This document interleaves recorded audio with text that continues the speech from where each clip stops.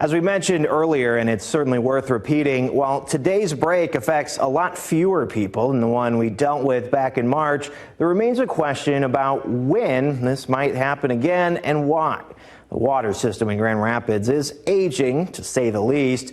Massive components of infrastructure date all the way back to the 1800s. Older infrastructure like this, it could be a crack around on a pipe, it could be a longitudinal split. Let's take a trip back in time. Water distribution in Grand Rapids began in the late 1840s, provided by the privately owned hydraulic company. We've got pipes that are older than this, but sometimes when you get some of the leaded joints and things like that on these pipes, things can happen. In 1873, the city took over operations. We're over 150 years old. We've got aging infrastructure across the system. First major construction, 1908. The Colt Brook pumping station pulled water from the Grand River. 4 years later, the Monroe filtration plant went up, treating water from the Grand River until 1940. It was then the city built the first of two transmission mains pulling from Lake Michigan, another going up in 1992. From there, our water goes to the Lake Michigan Treatment Facility in Ottawa County.